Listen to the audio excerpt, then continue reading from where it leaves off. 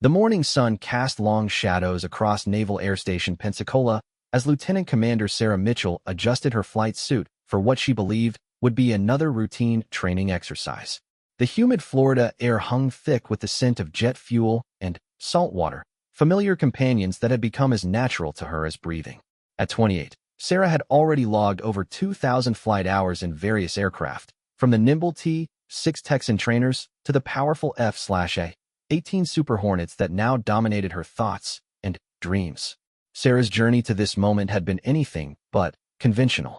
Growing up in a small farming town in Nebraska, she had never seen the ocean until her 18th birthday.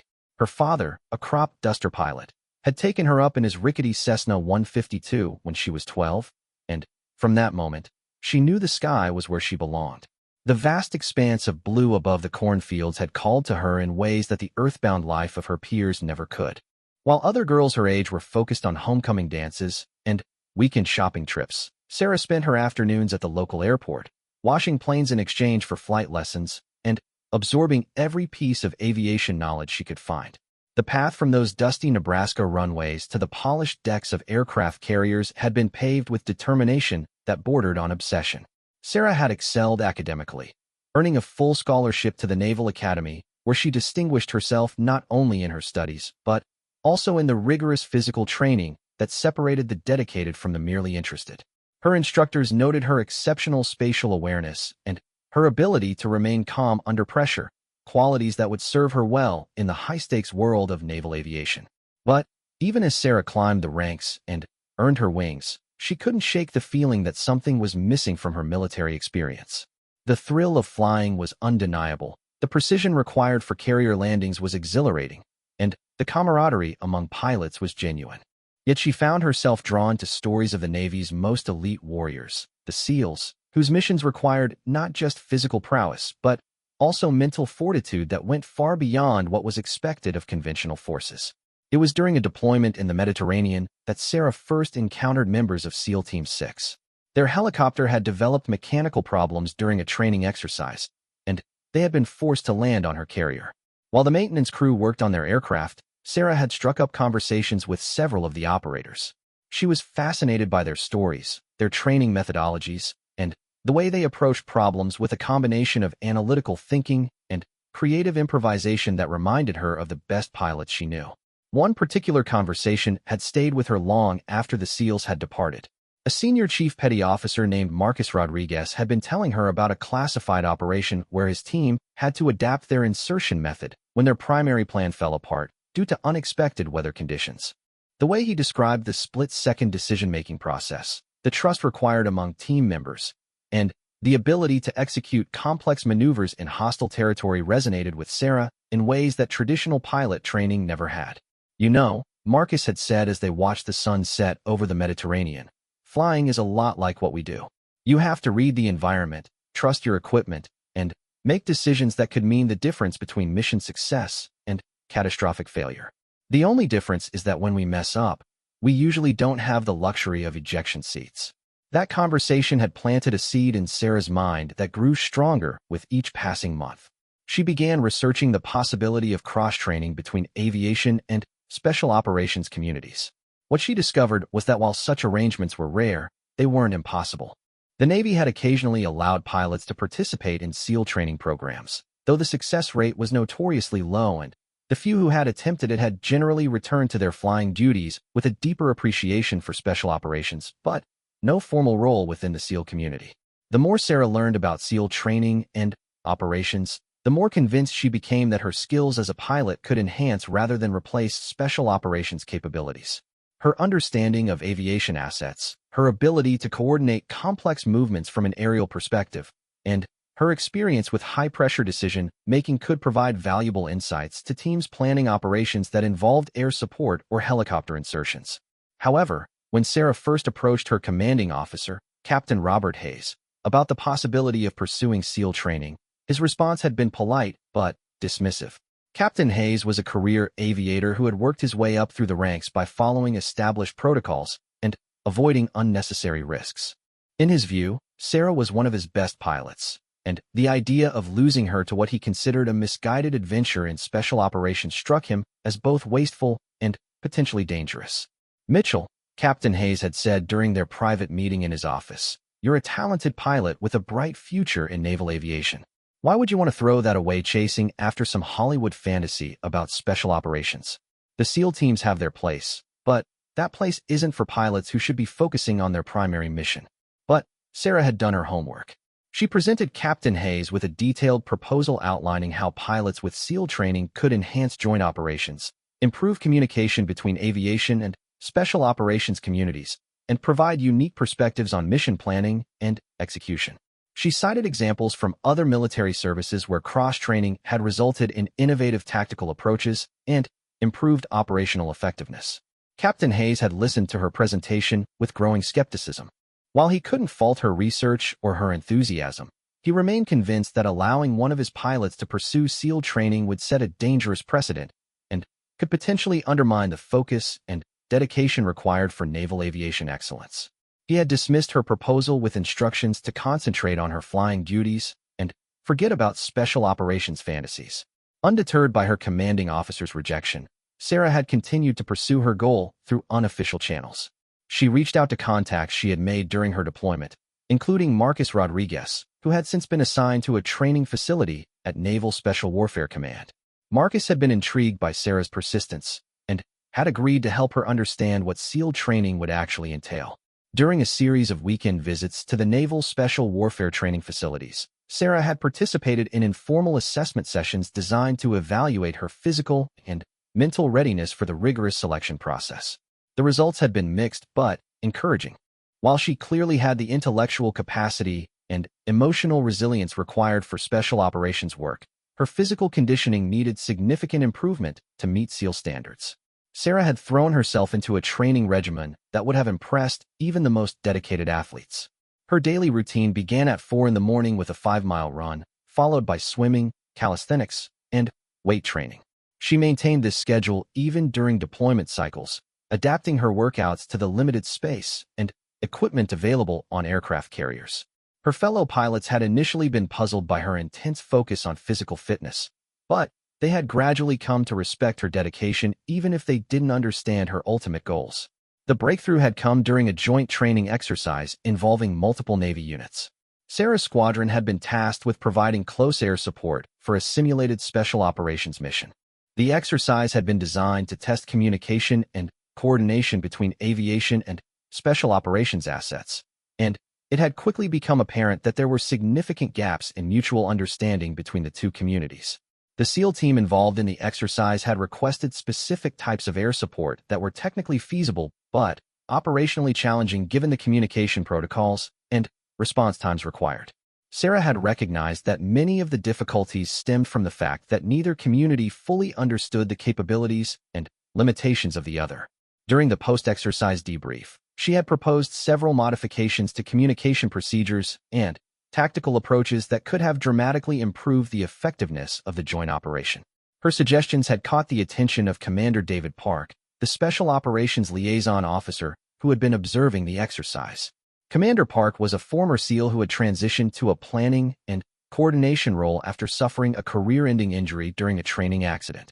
He had been impressed not only by Sarah's technical knowledge, but also by her ability to think creatively about complex operational problems.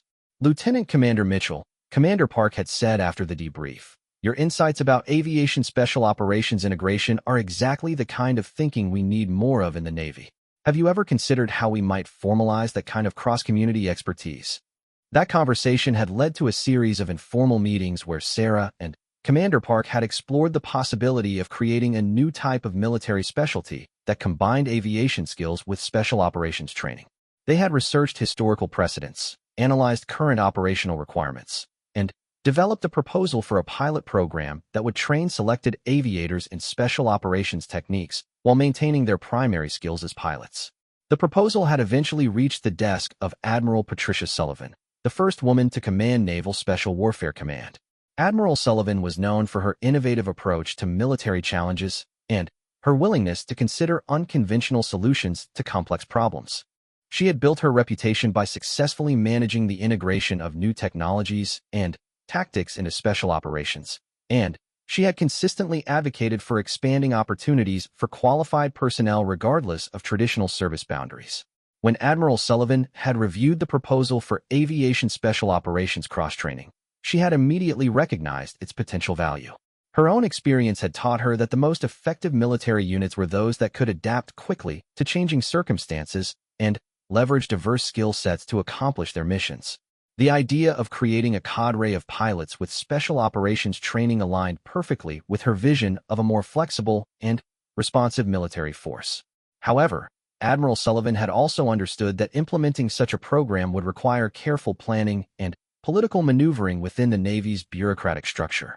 The proposal would face resistance from traditionalists who preferred to maintain clear distinctions between different military specialties, and it would require approval from multiple levels of command before it could be implemented even on an experimental basis. Admiral Sullivan had decided to move forward with the proposal, but she had insisted on modifications that would increase its chances of success. Rather than requesting formal approval for a new specialty designation, she had proposed treating the program as an extended training exercise that would evaluate the feasibility of aviation special operations integration. This approach would allow them to gather concrete data about the effectiveness of cross-training while avoiding the political complications that would inevitably arise from any attempt to create new military job classifications. The selection process for the pilot program had been rigorous and comprehensive. Candidates had been required to demonstrate not only exceptional flying skills, but also the physical fitness, mental resilience, and adaptability that were prerequisites for special operations work.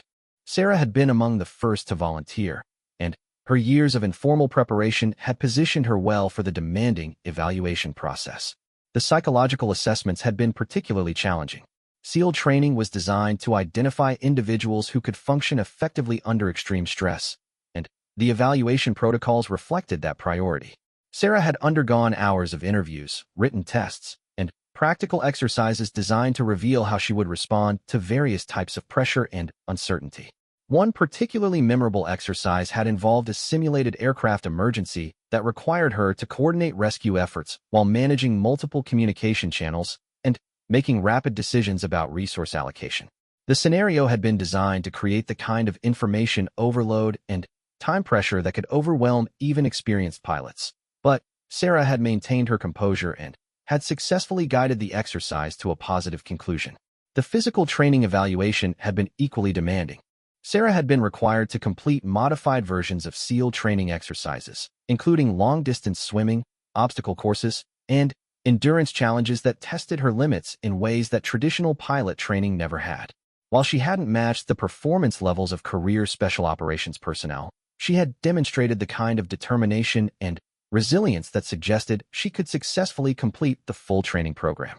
The final selection interview had been conducted by a panel that included Admiral Sullivan, Commander Park, and several senior SEAL officers. The interview had lasted for nearly 3 hours and had covered everything from Sarah's motivation for pursuing special operations training to her ideas about how aviation special operations integration could enhance military effectiveness. Lieutenant Commander Mitchell, Admiral Sullivan had said near the end of the interview, "Assuming you're selected for this program, you'll be entering uncharted territory.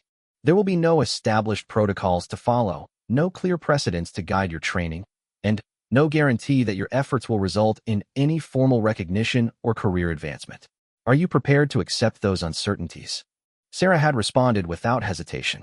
"Admiral, I believe that military effectiveness depends on our willingness to adapt and innovate. If this program can improve our ability to accomplish missions and protect our personnel, then the risks to my individual career are insignificant compared to the potential benefits to the Navy as a whole." Her answer had sealed her selection for the program. 2 weeks later, Sarah had received orders to report to Naval Special Warfare Command for a training program that would challenge every assumption she had ever held about her own capabilities and limitations. The training had begun with a modified version of basic underwater demolition/SEAL training, known throughout the Navy as BUD/S. While Sarah had been exempted from some of the more traditional aspects of SEAL indoctrination, she had been required to complete the physical and mental challenges that formed the core of special operations preparation. The experience had been unlike anything she had encountered in her aviation career. The combination of physical exhaustion, sleep deprivation, and constant pressure had pushed her far beyond her comfort zone and had forced her to discover reserves of strength and determination that she hadn't known she possessed. The infamous Hell Week had been particularly challenging, requiring her to function effectively despite extreme fatigue and discomfort. But it had been during the advanced training phases that Sarah had truly begun to understand the value of special operations thinking. The emphasis on mission planning, risk assessment, and adaptive problem-solving had complemented her aviation training in unexpected ways. She had learned to approach complex challenges from multiple perspectives simultaneously, considering not just the technical requirements of any given task, but also the human factors, environmental conditions, and potential contingencies that could affect mission outcomes. The weapons training had been particularly eye-opening.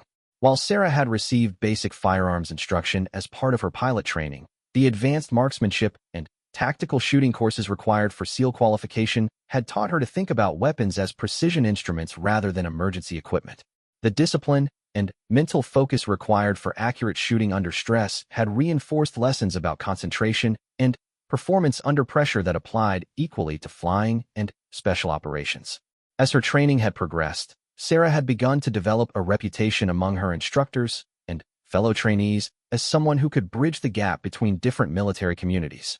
Her aviation background had allowed her to contribute unique perspectives to mission planning exercises, while her growing special operations skills had given her credibility within the SEAL community. The culmination of her training had been a series of practical exercises that combined aviation and special operations elements. Sarah had been required to plan and execute missions that involved coordinating between aircrews and ground teams, managing complex insertion and extraction operations, and adapting to changing circumstances in real time. These exercises had demonstrated not only her individual capabilities, but also the potential value of the aviation special operations integration concept. The success of Sarah's training had attracted attention from throughout the naval special warfare community. Word had spread that a pilot had not only completed SEAL training but had excelled in ways that suggested new possibilities for cross-community cooperation. Requests had begun arriving for Sarah to participate in various training exercises and planning sessions where her unique combination of skills could contribute to mission effectiveness. It had been during one such exercise that Sarah had first encountered the resistance that would ultimately define her military career. The exercise had involved a complex helicopter insertion that required precise coordination between multiple aircraft and a large ground team. Sarah had been assigned as the Air Operations Coordinator, responsible for managing the aviation assets and ensuring that the insertion proceeded according to plan. The mission had gone flawlessly from a technical standpoint. The helicopters had arrived precisely on schedule, the insertion had been completed without incident, and the ground team had accomplished their objectives within the planned timeframe.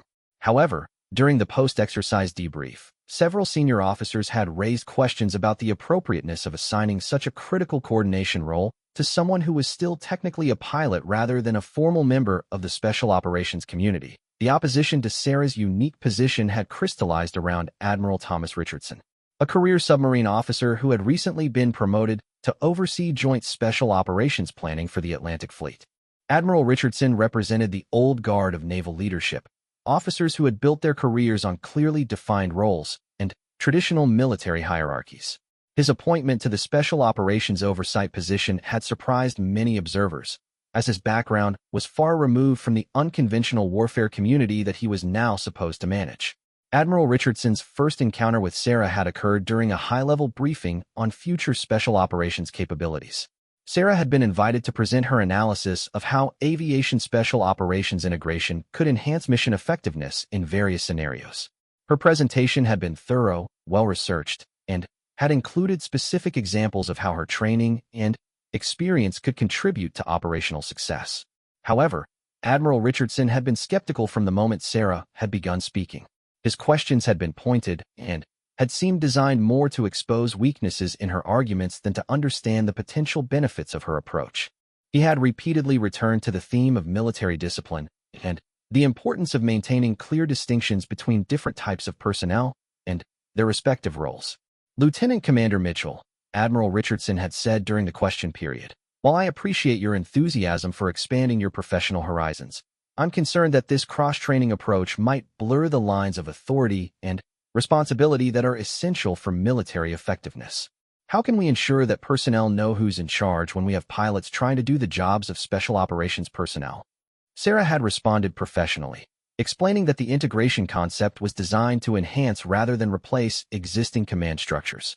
She had emphasized that her role would always be clearly defined within the context of specific missions, and that her special operations training was intended to improve coordination rather than create confusion about leadership responsibilities. But Admiral Richardson had remained unconvinced. Following the briefing, he had begun what amounted to a systematic campaign to undermine support for the Aviation Special Operations Integration Program. He had raised questions about resource allocation, training effectiveness, and the precedent that such programs might set for other military specialties. His concerns had been presented as thoughtful analysis, but those familiar with Navy politics recognized them as bureaucratic maneuvering designed to protect traditional service boundaries. The conflict had escalated when Admiral Richardson had requested a formal review of Sarah's training and qualifications. His stated purpose had been to ensure that the Navy was maintaining appropriate standards for personnel assigned to special operations roles. But his real intention had been to find grounds for questioning Sarah's suitability for continued participation in the integration program. The review process had been exhaustive and had required Sarah to demonstrate her proficiency in both aviation and special operations skills. She had been evaluated by teams of instructors from multiple communities, tested on technical knowledge that ranged from aircraft systems to weapons handling, and subjected to physical fitness assessments that exceeded standard requirements for both pilots and SEAL personnel. Throughout the review process, Sarah had maintained the professional demeanor that had characterized her entire military career. She had answered every question thoroughly, completed every physical challenge successfully, and had demonstrated the kind of competence and dedication that should have silenced any doubts about her qualifications. However, Admiral Richardson had continued to raise objections that seemed to focus less on her actual performance than on philosophical questions about military organization and traditional role boundaries.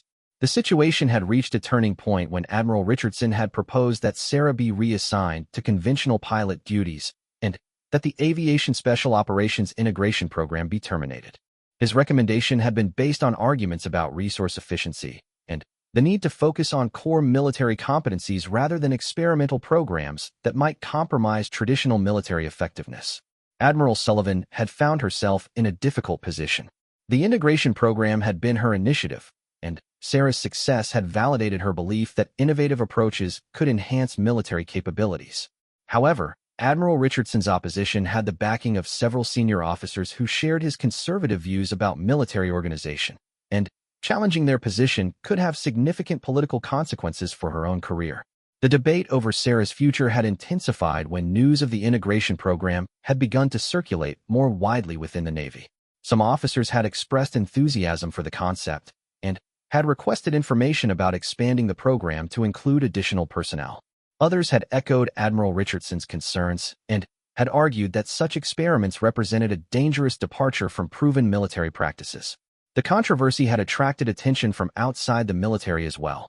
Defense journalists had begun investigating the program, and several articles had appeared in military publications that described the integration concept as either a promising innovation or a misguided experiment, depending on the perspective of the author. The media attention had added another layer of complexity to an already challenging situation. Sarah had found herself at the center of a debate that extended far beyond her individual circumstances. Her success or failure in the integration program had become symbolic of larger questions about military adaptability, the role of women in special operations, and the Navy's willingness to embrace innovative approaches to warfare. The pressure had been enormous, but she had continued to focus on demonstrating her competence and contributing to mission effectiveness rather than engaging in political maneuvering. During this period of uncertainty, Sarah had participated in several real-world operations that had showcased the value of her unique training and perspective. One particular mission had involved providing air support for a SEAL team conducting a hostage rescue operation in a hostile environment. Sarah's understanding of both aviation capabilities and special operations requirements had enabled her to coordinate the air support in ways that maximized effectiveness while minimizing risk to the ground team. The mission had been a complete success, with all hostages rescued and no casualties among the rescue team. The SEAL team leader had specifically credited Sarah's coordination efforts with contributing to the positive outcome, and his after-action report had highlighted the value of having an air coordinator who understood special operations tactics and requirements. However, even this success had not satisfied Admiral Richardson's concerns about the integration program. He had argued that while the mission outcome had been positive, it didn't necessarily prove that Sarah's special operations training had been essential to that success. He had suggested that any competent pilot with proper briefing could have provided equally effective air coordination, and that the resources invested in Sarah's special operations training could have been better used for other purposes. The ongoing debate had begun to affect Sarah's day-to-day military service. Some officers had avoided associating with her, apparently concerned that supporting the integration program might damage their own careers. Others had gone out of their way to demonstrate their support, creating an atmosphere of polarization that made normal military interaction difficult. Sarah had responded to these challenges by maintaining her focus on professional excellence and mission accomplishment. She had continued to participate in training exercises, contribute to mission planning, and demonstrate the value of her unique skill set whenever opportunities arose. Her dedication had earned her respect from many of her peers, even among those who had initially been skeptical about the integration concept. The situation had become more complicated when several other military services had begun expressing interest in developing their own aviation special operations integration programs.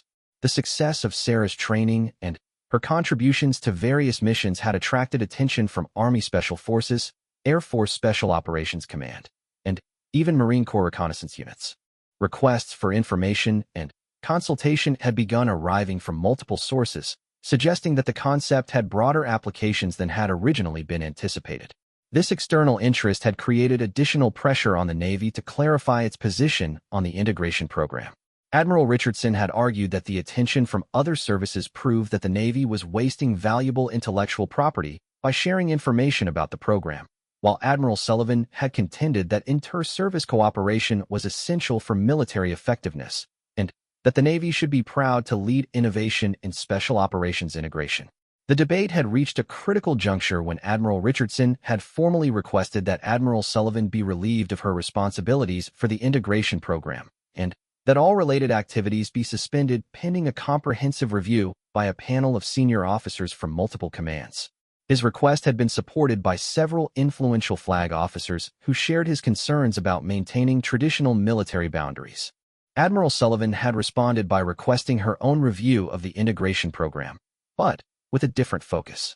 Rather than questioning the fundamental concept, she had proposed an evaluation that would assess the program's effectiveness and identify ways to improve and expand it. Her counterproposal had included recommendations for additional personnel to undergo integration training and suggestions for incorporating the lessons learned from Sarah's experience into broader military education programs. The competing proposals had created a bureaucratic stalemate that had effectively frozen the integration program, while senior Navy leadership had debated the merits of each approach. During this period, Sarah had found herself in a professional limbo where her unique qualifications were recognized but not fully utilized, and where her future career prospects remained uncertain. The stalemate had been broken by an unexpected development that had demonstrated the value of the integration concept in ways that even Admiral Richardson couldn't dismiss. Intelligence reports had indicated that a terrorist organization was planning to use stolen military aircraft in an attack against naval facilities. The threat assessment had suggested that the attack would combine aviation elements with ground infiltration tactics that would require both air defense measures and special operations response capabilities.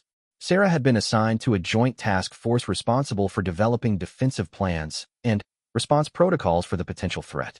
Her understanding of both aviation vulnerabilities and special operations tactics had enabled her to identify potential weaknesses in existing security measures and propose countermeasures that addressed the integrated nature of the threat.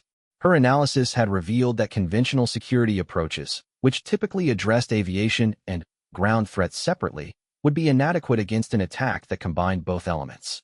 She had proposed a coordinated defense strategy that integrated air defense systems with special operations rapid response teams, creating multiple layers of protection that could adapt to various attack scenarios.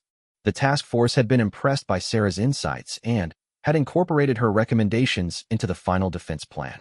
When the plan had been briefed to senior military leadership, including Admiral Richardson, the comprehensive nature of the threat analysis and the innovative defensive measures had received widespread praise.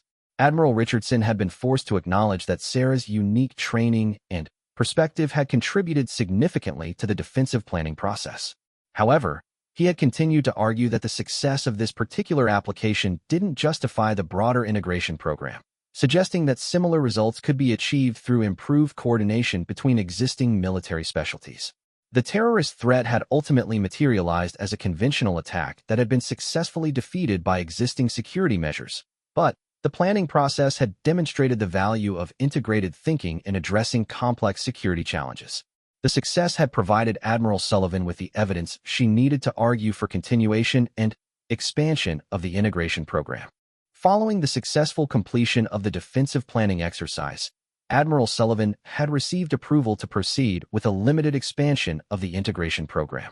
Additional pilots had been selected for special operations training, and plans had been developed for creating formal doctrine and procedures for aviation special operations integration. Sarah had been designated as the lead instructor for the expanded program, responsible for developing training curricula and sharing the lessons she had learned during her own integration experience. The appointment had represented a significant victory for the integration concept and had provided Sarah with a platform to demonstrate the broader applications of her unique skill set. However, the victory had been tempered by continued resistance from Admiral Richardson and his supporters, who had argued that the expanded program represented an unnecessary diversion of resources from more traditional military priorities. Their opposition had created ongoing political challenges that required careful navigation to ensure the program's long-term survival. As Sarah had begun working with new trainees, she had encountered some of the same skepticism and resistance that she had faced during her own training. Some pilots had questioned whether special operations training was worth the time and effort required, while some special operations personnel had doubted whether pilots could develop the mindset and skills necessary for unconventional warfare. Sarah had addressed these concerns by focusing on practical applications and demonstrating how the integration concept could enhance mission effectiveness in real-world scenarios. She had developed training exercises that showed how pilots with special operations training could improve coordination during complex missions, and how special operations personnel with aviation knowledge could make better use of air support assets. The training program had gradually gained acceptance as trainees had begun to see the practical benefits of cross-community knowledge and skills.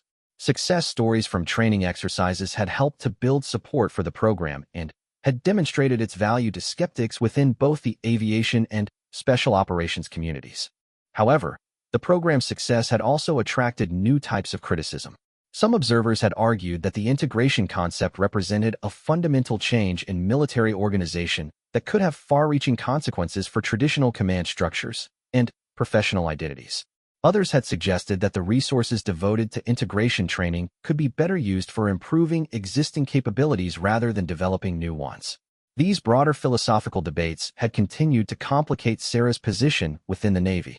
While her professional competence and dedication were widely recognized, her role as a symbol of military innovation had made her a target for those who opposed change in military practices and organization. The ongoing controversy had begun to affect Sarah's personal life, as well as her professional responsibilities. The constant scrutiny and debate had created stress that extended beyond normal military pressures, and she had found it increasingly difficult to maintain the emotional equilibrium that was essential for effective performance in high-stakes military operations. The pressure surrounding Sarah's unique position within the Navy had intensified when she received an unexpected assignment that would test both her skills and her resolve in ways she had never anticipated. Admiral Sullivan had personally selected her for a classified mission that would require the full range of her integrated training, but the assignment had come with complications that extended far beyond the technical challenges of the operation itself. The mission involved supporting a joint task force that was investigating suspected weapons trafficking in the Mediterranean region. Intelligence reports had suggested that a sophisticated criminal organization was using modified civilian aircraft to transport illegal arms shipments between various ports, and the complexity of their operations required a response that combined traditional law enforcement techniques with military special operations capabilities. Sarah's role in the task force was to serve as the aviation operations coordinator, responsible for planning and managing the air assets that would be used to track, intercept, and neutralize the trafficking network. Her special operations training would be essential for understanding the tactical requirements of the mission, while her aviation expertise would be crucial for developing effective air intercept strategies. The assignment had been welcomed by Sarah as an opportunity to demonstrate the practical value of her integrated training in a real-world operational context. However, it had also placed her in a position where her every decision would be scrutinized by supporters and critics of the integration program, creating additional pressure that went far beyond the normal stress associated with complex military operations. The task force had been assembled from personnel representing multiple military services and law enforcement agencies, creating a command structure that was inherently complex and potentially contentious. Sarah had found herself working with Army Special Forces operators, Air Force intelligence specialists, Coast Guard interdiction experts, and federal law enforcement agents, each group bringing different perspectives and priorities to the mission. The diversity of the task force had initially created coordination challenges that had threatened to undermine mission effectiveness. Different agencies had different communication protocols, operational procedures, and legal authorities, making it difficult to develop unified approaches to various tactical problems. Sarah's role as aviation coordinator had required her to bridge these gaps and create systems that would enable effective cooperation among diverse participants. Her special operations background had proven invaluable in this coordination role. The emphasis on adaptability and creative problem-solving that characterized SEAL training had prepared her to work with unfamiliar organizational structures and to develop innovative solutions to complex operational challenges. Her aviation expertise had provided her with the technical knowledge necessary to design air operations that could support the diverse requirements of different task force elements. The criminal organization that the task force was targeting had proven to be more sophisticated and capable than initial intelligence assessments had suggested. Their operations involved multiple aircraft types, complex flight patterns designed to avoid detection, and coordination with ground-based smuggling networks that required careful surveillance and interdiction planning. Sarah's analysis of the organization's aviation tactics had revealed that they were using techniques that were typically associated with military operations rather than civilian criminal activity. Their aircraft modifications included advanced communication systems, defensive countermeasures, and navigation equipment that suggested access to military-grade technology and expertise. This discovery had significant implications for the task force's operational planning. The sophisticated nature of the criminal organization's capabilities meant that conventional law enforcement interdiction techniques would be inadequate, and that military-style tactical operations would be necessary to achieve mission success. Sarah had worked with the task force's intelligence analysts to develop a comprehensive assessment of the organization's operational patterns and capabilities. Her understanding of aviation tactics had enabled her to identify vulnerabilities in their flight operations that could be exploited by properly planned interdiction missions. The planning process had been complicated by legal and political considerations that were unfamiliar to most military personnel. The international nature of the trafficking network meant that operations would need to comply with various national legal frameworks and international agreements, creating constraints that didn't exist in conventional military operations. Sarah had found herself working closely with lawyers and diplomats to ensure that proposed tactical operations would be legally permissible and politically acceptable to the various nations whose cooperation was essential for mission success. This aspect of the planning process had required skills and knowledge that went beyond traditional military training, and Sarah had drawn on her special operations experience to adapt to unfamiliar requirements. The first major operation conducted by the task force had involved the interception of a suspected arms shipment that was being transported by a modified cargo aircraft operating between North Africa and Eastern Europe. Sarah had coordinated the air assets used in the operation, which had included surveillance aircraft, fighter interceptors, and transport helicopters carrying special operations personnel. The operation had been successful in locating and tracking the target aircraft, but the actual interdiction had proven more challenging than anticipated. The criminal pilots had demonstrated sophisticated evasion techniques and had attempted to escape by flying into airspace where military interception would have created diplomatic complications. Sarah's real-time coordination of the pursuing aircraft had been crucial in maintaining contact with the target while avoiding international incidents that could have jeopardized the mission. Her understanding of both aviation tactics and special operations procedures had enabled her to develop adaptive responses to the changing tactical situation. The successful completion of the interdiction operation had resulted in the seizure of a significant arms shipment and the capture of several key members of the trafficking organization. However, the intelligence gathered during the operation had revealed that the network was larger and more complex than had been originally believed, requiring expanded operations that would test the task force's capabilities even further. Admiral Richardson had used the complexity of the ongoing operations as evidence that the integration program was creating unnecessary complications in military planning and execution. He had argued that the mission could have been accomplished more efficiently using traditional military approaches that relied on clear distinctions between aviation and special operations roles. However, the task force commander, Marine Corps General Patricia Martinez, had specifically credited Sarah's integrated capabilities with the success of the interdiction operation. General Martinez had noted that conventional coordination approaches would not have provided the flexibility and responsiveness that had been necessary to adapt to the rapidly changing tactical situation. The ongoing operations had required Sarah to spend extended periods deployed aboard naval vessels and at forward operating bases in various countries. The deployment schedule had been demanding and had required her to maintain proficiency in both her aviation and special operations skills while managing complex coordination responsibilities. During one particularly challenging operation, Sarah had been required to coordinate air support for a raid on a suspected weapons depot located in a densely populated urban area. The operation had required precise timing and coordination to minimize the risk of civilian casualties while ensuring that special operations personnel could complete their mission successfully. Sarah's planning for the operation had involved detailed analysis of flight patterns, communication protocols, and contingency procedures for various scenarios that could develop during the raid. Her special operations training had provided her with insight into the tactical requirements of the ground team, while her aviation expertise had enabled her to design air support that would maximize effectiveness while minimizing risk. The raid had been executed flawlessly, with all objectives accomplished and no casualties among either military personnel or civilians. The success had been attributed in large part to the quality of the air coordination that Sarah had provided, and her performance had been specifically highlighted in the after-action reports submitted by multiple task force elements. However, the success of the operation had also attracted unwanted attention from media sources that had begun investigating the task force's activities.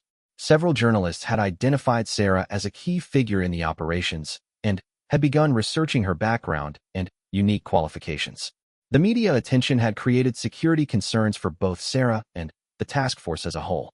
The revelation that a pilot with special operations training was coordinating complex international operations had attracted interest from various groups that might have reasons to target such personnel for intelligence gathering or other hostile purposes.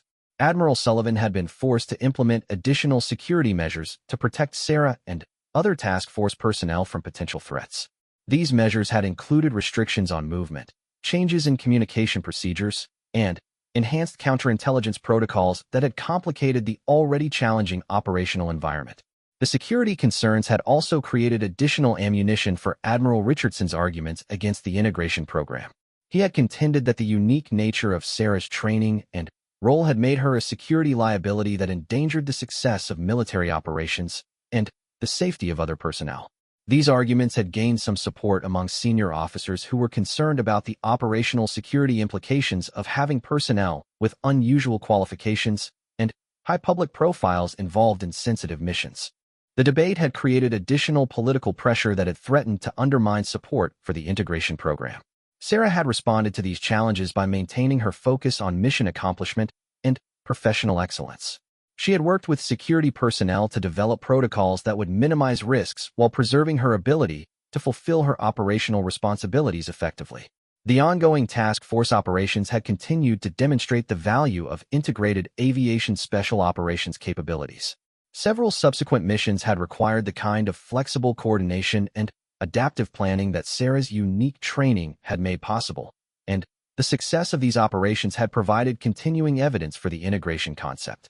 However, the political and bureaucratic challenges surrounding the program had continued to create uncertainty about its long-term future.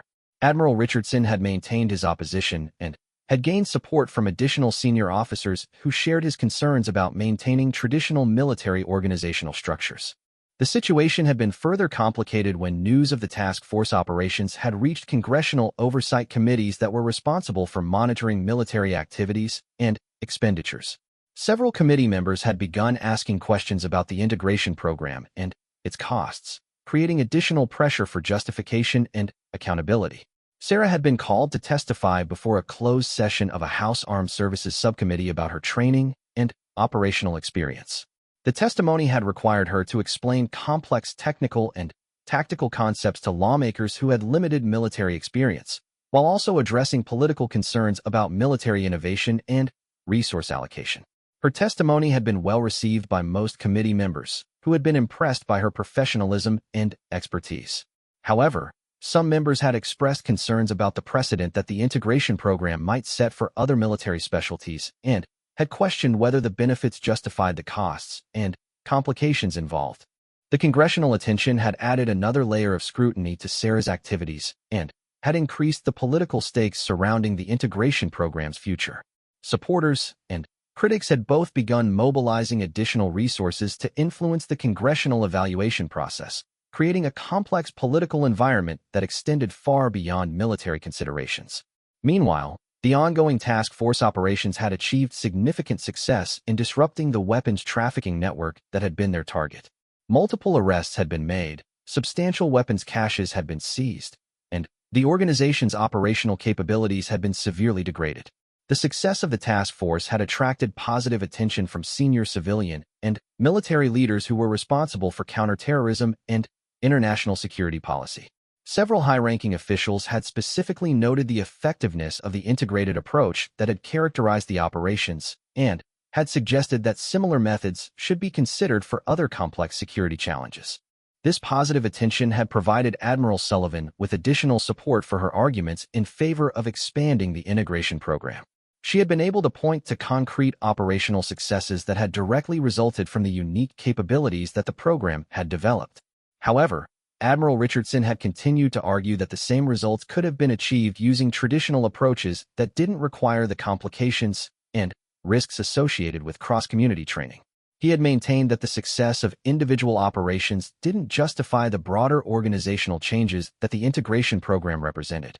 The ongoing debate had reached a critical point when Admiral Sullivan had received orders for a new assignment that would remove her from direct oversight of the integration program. Her transfer had been presented as a normal career progression, but many observers had suspected that it represented an attempt to remove a key supporter of the integration concept from a position where she could influence its development. Admiral Sullivan's replacement was Captain Michael Torres, a career surface warfare officer with limited experience in either aviation or special operations.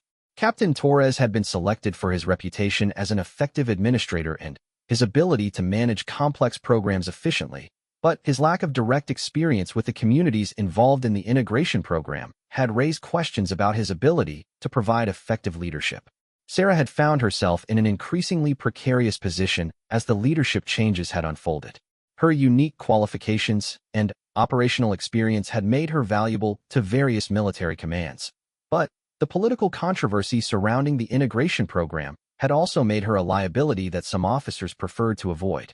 The uncertainty about her future had been compounded by the completion of the task force operations that had provided the most compelling evidence for the value of her integrated training.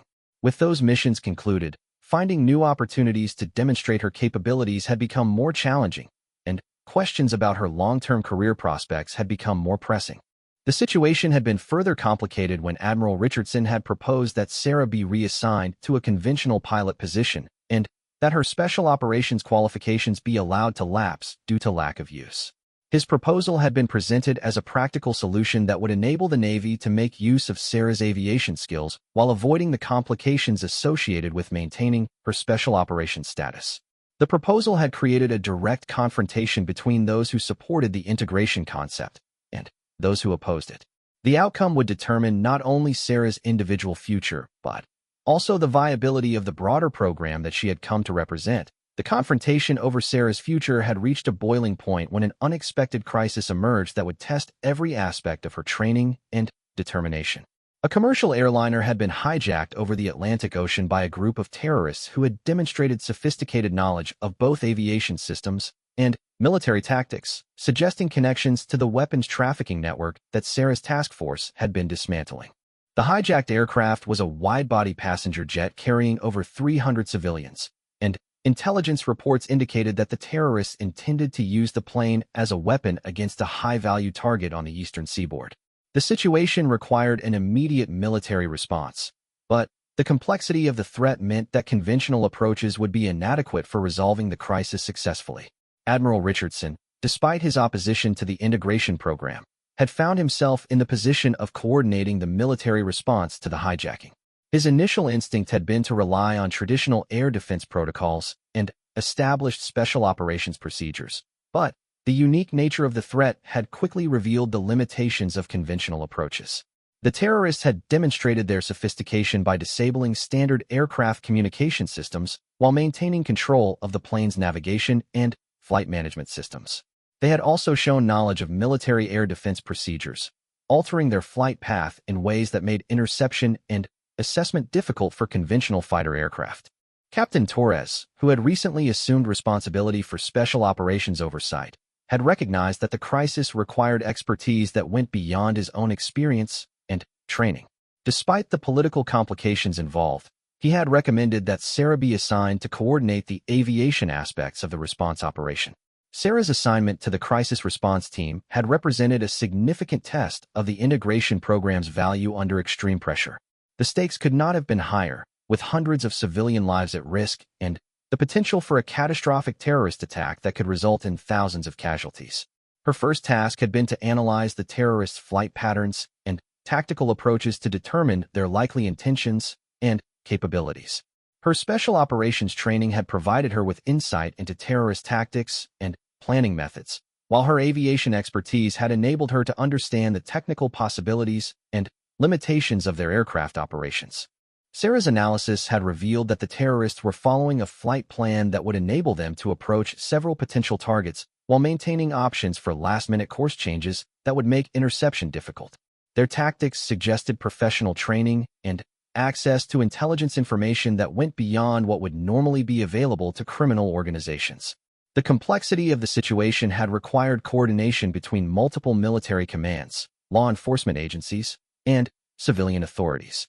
Sarah had found herself at the center of a communication network that included fighter pilots, special operations teams, air traffic controllers, and senior military leaders, each group requiring different types of information and coordination. Her ability to communicate effectively with all these diverse participants had been crucial for maintaining situational awareness and coordinating the various elements of the response operation. The integration training that had been the source of so much controversy had proven essential for managing the complex requirements of the crisis. The terrorists had demonstrated their awareness of military capabilities by using tactics specifically designed to complicate interception attempts.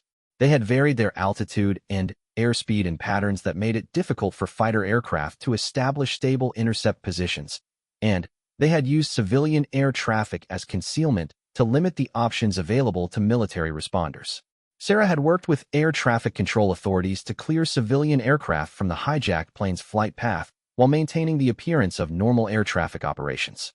This delicate balance had required understanding of both military tactics and civilian aviation procedures, another area where her integrated training had provided unique capabilities.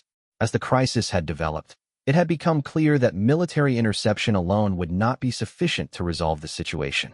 The terrorists had demonstrated their willingness to threaten civilian passengers, and conventional tactics that involved forcing the aircraft to land might result in significant casualties even if the hijacking was ultimately unsuccessful. Sarah had proposed an alternative approach that combined elements of both aviation and special operations tactics. Her plan involved using military aircraft to shepherd the hijacked plane toward a location where special operations teams could attempt a rescue operation, while maintaining the flexibility to shift to more aggressive tactics if the situation deteriorated. The plan had required precise coordination between air and ground elements, with timing that would be critical for success. Sarah's understanding of both aviation operations and special operations capabilities had enabled her to develop a comprehensive approach that addressed the multiple challenges presented by the crisis. Admiral Richardson had initially been skeptical of Sarah's proposed approach, arguing that it was unnecessarily complex and that simpler tactics would be more likely to succeed. However, the other members of the crisis response team had recognized the sophisticated nature of the threat and had supported Sarah's assessment that conventional approaches would be inadequate. The debate over tactical approaches had consumed precious time while the hijacked aircraft had continued toward potential targets. Sarah had found herself in the position of advocating for her plan while simultaneously continuing to coordinate the ongoing response operations, creating enormous pressure that tested her ability to perform under extreme stress. The turning point had come when intelligence analysts had confirmed that the terrorists were indeed connected to the weapons trafficking network, and that they had access to military-grade equipment that could be used to defend against conventional interception attempts. This information had validated Sarah's analysis and had convinced Admiral Richardson that more sophisticated tactics would be necessary. With approval for her tactical plan, Sarah had begun coordinating the complex sequence of actions that would be required for its implementation. Fighter aircraft had been positioned to guide the hijacked plane toward the chosen interception point, while special operations teams had been deployed to prepare for a potential rescue attempt. The coordination had required split-second timing and constant communication among dozens of participants. Sarah's role as the central coordinator had been essential for ensuring that all elements of the operation remained synchronized and that contingency plans were ready for implementation if circumstances changed. As the hijacked aircraft had approached the interception point, the terrorists had attempted to break away from the planned flight path and head directly toward their intended target. The sudden change in direction had required immediate adaptation of the tactical plan, testing Sarah's ability to manage complex operations under rapidly changing conditions. Her special operations training had prepared her for exactly this type of situation, where careful planning had to be combined with the ability to adapt quickly to unexpected developments. She had coordinated the response to the terrorists' evasive maneuvers while maintaining the organization necessary for the rescue operation. The final phase of the operation had required Sarah to coordinate simultaneous actions by fighter aircraft that were attempting to force the hijacked plane into a specific flight pattern, and special operations helicopters that were positioning for a potential assault on the aircraft. The complexity of the coordination had been unlike anything in her previous experience, requiring her to synthesize information from multiple sources and make rapid decisions that would affect the lives of hundreds of people. The rescue attempt had been successful, with special operations personnel managing to board the hijacked aircraft and neutralize the terrorists without significant casualties among the passengers. The operation had been completed just minutes before the plane would have reached its intended target, avoiding what could have been a catastrophic terrorist attack. The success of the operation had been attributed largely to the quality of the coordination that Sarah had provided throughout the crisis. Her ability to manage complex aviation operations while understanding the tactical requirements of special operations had been essential for developing and implementing the successful rescue plan. Admiral Richardson, despite his long-standing opposition to the integration program, had been forced to acknowledge that Sarah's unique training and capabilities had been crucial for the successful resolution of the crisis. In his official report on the operation, he had specifically noted that conventional coordination approaches would not have provided the flexibility and responsiveness that had been necessary for success. The successful resolution of the hijacking crisis had provided the most compelling evidence yet for the value of the aviation special operations integration concept. The operation had demonstrated that there were real-world scenarios where such integrated capabilities could be essential for protecting national security and civilian lives. However, the success had also created new complications for Sarah's career and for the integration program as a whole.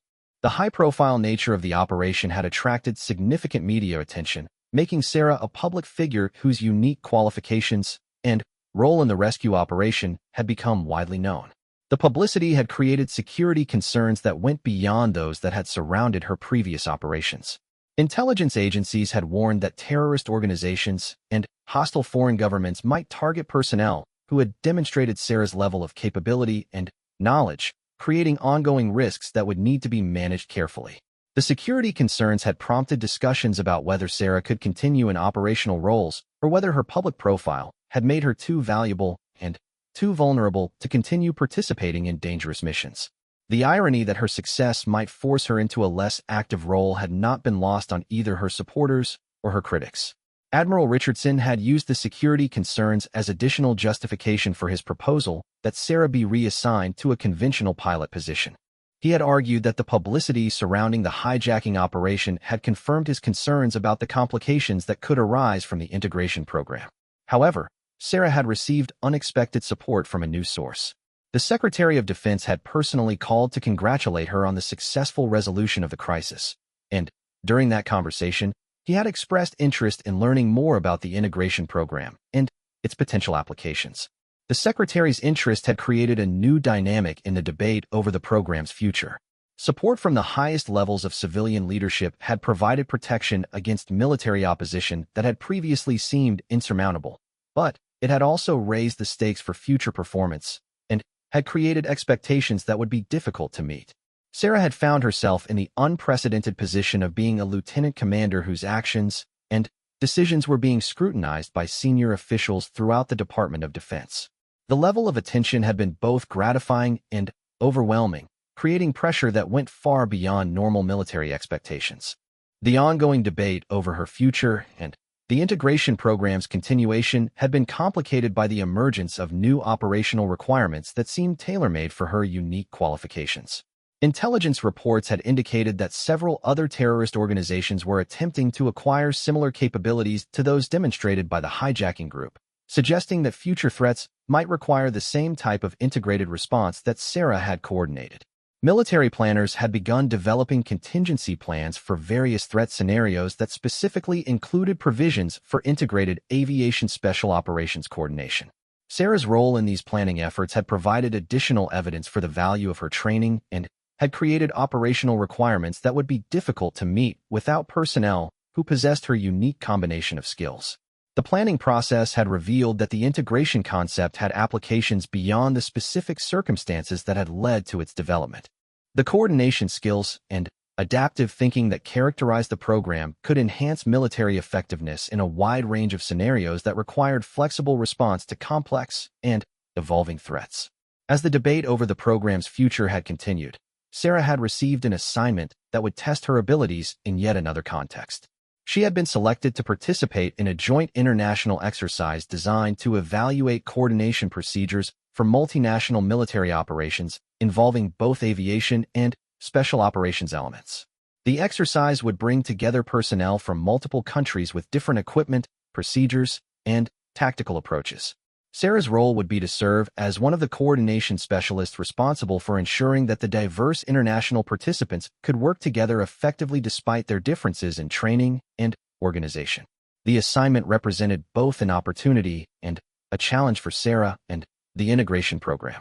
Success in the international exercise would demonstrate the broader applicability of the integration concept and would provide evidence that could support its expansion to other military services and allied nations.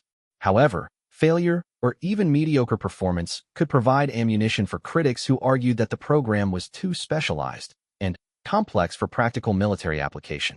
The exercise would be closely watched by military leaders from multiple countries, creating additional pressure for exceptional performance.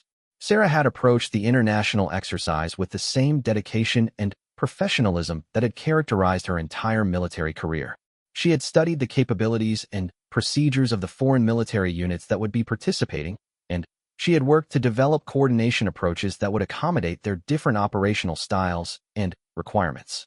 The exercise had proven to be as challenging as anticipated, with language barriers, cultural differences, and procedural incompatibilities creating obstacles that required constant adaptation and creative problem-solving. Sarah's integration training had provided her with the flexibility and adaptability necessary to work effectively in this complex international environment.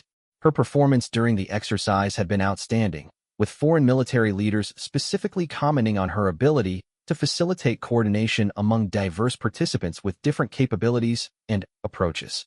Several allied nations had expressed interest in developing their own programs based on the integration concept that Sarah represented. The international success had provided additional support for the integration program and had demonstrated its potential value for enhancing cooperation with allied military forces. However, it had also created new expectations and requirements that would challenge the program's ability to expand while maintaining the high standards that had characterized its initial development. The the success of the international exercise had marked a turning point in the long-standing debate over Sarah's career and the integration program's future. The concrete evidence of operational effectiveness, combined with interest from allied nations, had shifted the political dynamics within the Navy in ways that even Admiral Richardson could no longer ignore. However, the resolution of the controversy would come through an unexpected channel that would test Sarah's character and convictions in ways that her military training had never anticipated. The catalyst for the final confrontation had been the arrival of a new chief of naval operations, Admiral Elizabeth Hartford, who brought a different perspective to the debate over military innovation and organizational change. Admiral Hartford had built her reputation as a strategic thinker who emphasized adaptability and effectiveness over traditional approaches, and she had specifically requested a comprehensive briefing on the integration program as one of her first priorities in the new position. Sarah had been called to present her experiences and insights directly to Admiral Hartford, creating an opportunity to make her case to the most senior officer in the Navy. The briefing had been scheduled as a private meeting that would allow for detailed discussion without the political pressures that had characterized previous high-level reviews of the program. During the briefing, Admiral Hartford had asked penetrating questions that had demonstrated her understanding of both the technical aspects of the integration concept and the broader implications for military organization and effectiveness. Her questions had focused on practical applications, resource requirements, and the scalability of the program rather than the philosophical concerns that had dominated previous discussions. Sarah had prepared extensively for the briefing, developing detailed analyses of cost-benefit ratios, training effectiveness metrics, and operational success indicators that demonstrated the program's value in concrete terms. Her presentation had been thorough and professional, but what had impressed Admiral Hartford most was Sarah's ability to articulate the broader vision behind the integration concept. Lieutenant Commander Mitchell, Admiral Hartford had said near the end of the briefing, "You've made a compelling case for the operational value of your training and experience. But I'm also interested in your perspective on how this concept might apply to other challenges facing the Navy. How do you see integration principles contributing to our broader mission effectiveness?" Sarah's response had demonstrated the strategic thinking that had developed through her unique experiences. She had outlined how the integration concept could enhance cybersecurity operations, improve coordination with civilian agencies during disaster response missions, and strengthen cooperation with international partners who had different organizational structures and capabilities. Her vision had extended beyond the specific combination of aviation and special operations to encompass broader principles of adaptive thinking, cross-functional expertise, and flexible response to complex challenges. Admiral Hartford had recognized that the integration program represented not just a tactical innovation, but a potential model for addressing the increasingly complex security environment that the military faced. Following the briefing, Admiral Hartford had initiated a comprehensive review of the integration program that was designed to evaluate its potential for expansion and institutionalization. Unlike previous reviews that had focused on whether the program should continue, this evaluation had been based on the assumption that it provided value and had focused on how to maximize its effectiveness. The review process had included input from multiple military services, allied nations, and civilian experts in organizational development and military effectiveness. Sarah had been actively involved in the review, providing detailed information about training methods, operational applications, and lessons learned from her experiences. During this period, Admiral Richardson had made one final attempt to derail the integration program by questioning Sarah's fitness for continued military service. He had argued that the publicity and security concerns surrounding her high-profile operations had compromised her effectiveness and had requested that she be medically retired due to the stress and pressure associated with her unique position. The challenge to Sarah's fitness had required her to undergo extensive medical and psychological evaluations designed to assess her ability to continue serving effectively despite the unusual pressures of her situation. The evaluation process had been exhaustive and had included assessments by specialists who were experts in stress-related performance issues and military psychology. The results of the evaluations had been unambiguous. Sarah had demonstrated exceptional mental resilience and psychological stability, with no indicators of stress-related performance degradation or fitness concerns. The evaluating physicians had noted that her ability to perform effectively under extreme pressure was actually superior to normal military standards, reflecting the quality of her training and her personal character. Admiral Richardson's challenge had backfired by providing additional official documentation of Sarah's exceptional qualifications and fitness for continued service. The medical evaluations had created a permanent record that would protect her against future attempts to question her suitability for demanding assignments. The failure of the fitness challenge had effectively ended Admiral Richardson's opposition to Sarah and the integration program. Faced with overwhelming evidence of operational effectiveness and official support from the highest levels of Navy leadership, he had been forced to acknowledge that his concerns had been misplaced. Admiral Hartford's review had concluded with recommendations for expanding the integration program and incorporating its principles into broader Navy training and operational procedures. The review had identified specific applications for integration concepts in various military specialties and had outlined an implementation plan that would gradually expand cross-functional training throughout the naval service. Sarah had been promoted to the rank of commander and had been assigned to lead the expansion of the integration program. Her new responsibilities included developing training curricula for other military specialties, coordinating with allied nations that were interested in similar programs, and serving as a senior advisor on integration concepts for Navy leadership. The promotion had represented not just recognition of Sarah's individual achievements, but also validation of the integration concept as a valuable addition to military capabilities. Her call sign, Crossroads, had been officially adopted to reflect her role at the intersection of different military communities and her ability to coordinate diverse capabilities toward common objectives. However, Sarah's promotion had also created new challenges that extended beyond her previous operational responsibilities. As the senior leader of an expanding program, she had found herself responsible for selecting and training other officers who would follow similar integration paths, a responsibility that required different skills than those needed for individual operational excellence. The selection process for additional integration candidates had proven to be particularly challenging. The program required individuals who possessed exceptional capabilities in their primary specialties while also demonstrating the adaptability and resilience necessary for cross-functional training. Finding officers who met both requirements had proven more difficult than anticipated. Sarah had worked closely with selection boards from multiple military communities to identify candidates who possessed the right combination of technical excellence and personal characteristics.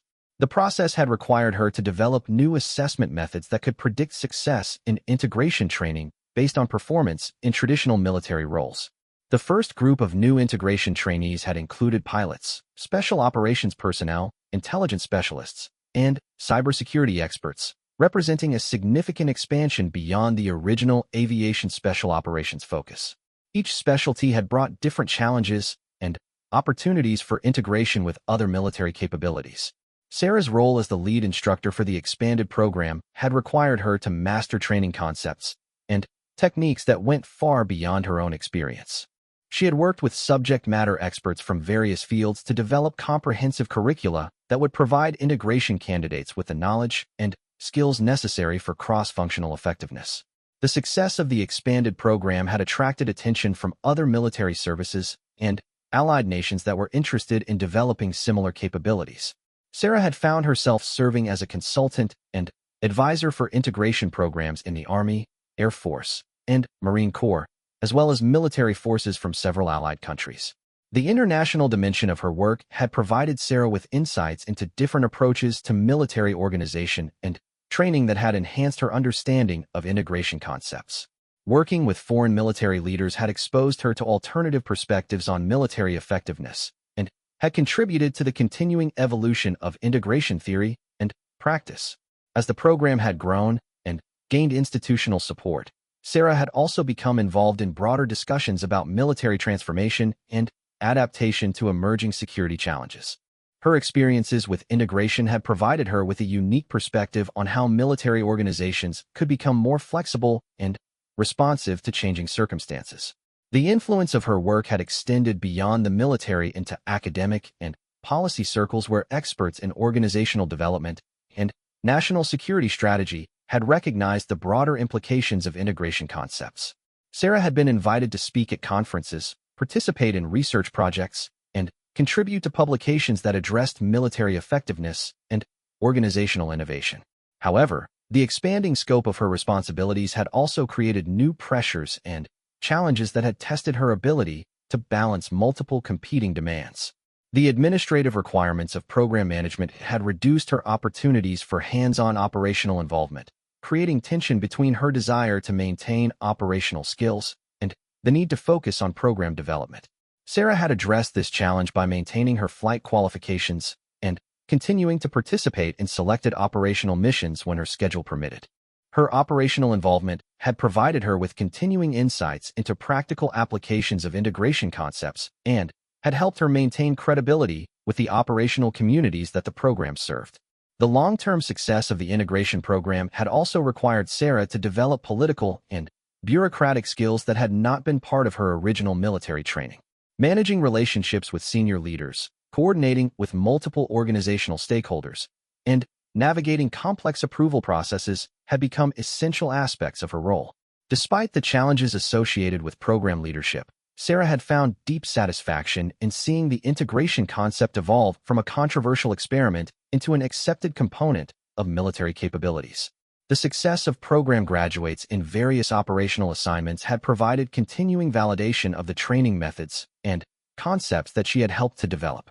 The program's success had also created opportunities for Sarah to influence broader military policies and practices related to professional development, cross-functional training, and organizational innovation. Her insights and recommendations had been incorporated into strategic planning documents and policy guidance that would shape military development for years to come. As Sarah had looked back on the journey from her initial interest in special operations to her current role as a senior leader in military innovation, she had recognized that the resistance and challenges she had faced had ultimately strengthened both her and the program she represented. The rigorous scrutiny and criticism had forced continuous improvement and had ensured that the integration concept could withstand the pressures of institutional skepticism. The call sign Crossroads had become more than just a radio identifier. It had come to represent a new model of military leadership that combined technical excellence with adaptive thinking and cross-functional expertise. Sarah's example had inspired other officers to pursue similar paths of professional development and had contributed to a cultural shift within the military that valued innovation and adaptability alongside traditional military virtues. The female Navy SEALs who had once been required to salute Sarah because of her unique position and call sign had become some of the most effective advocates for the integration program.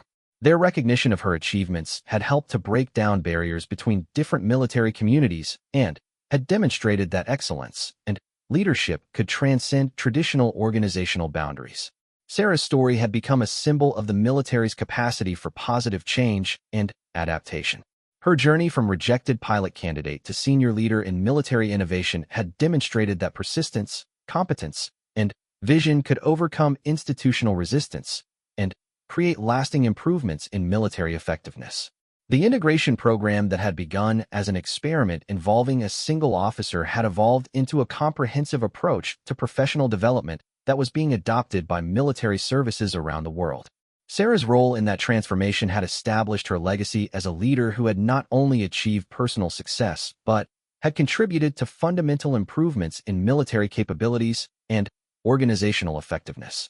As she continued to lead the expanded integration program, Sarah remained committed to the principles that had guided her throughout her military career: excellence in performance, dedication to mission accomplishment, and unwavering commitment to the safety and effectiveness of the military personnel she served alongside. Her unique position at the crossroads of different military communities had given her the opportunity to make contributions that would benefit the military and the nation for generations to come.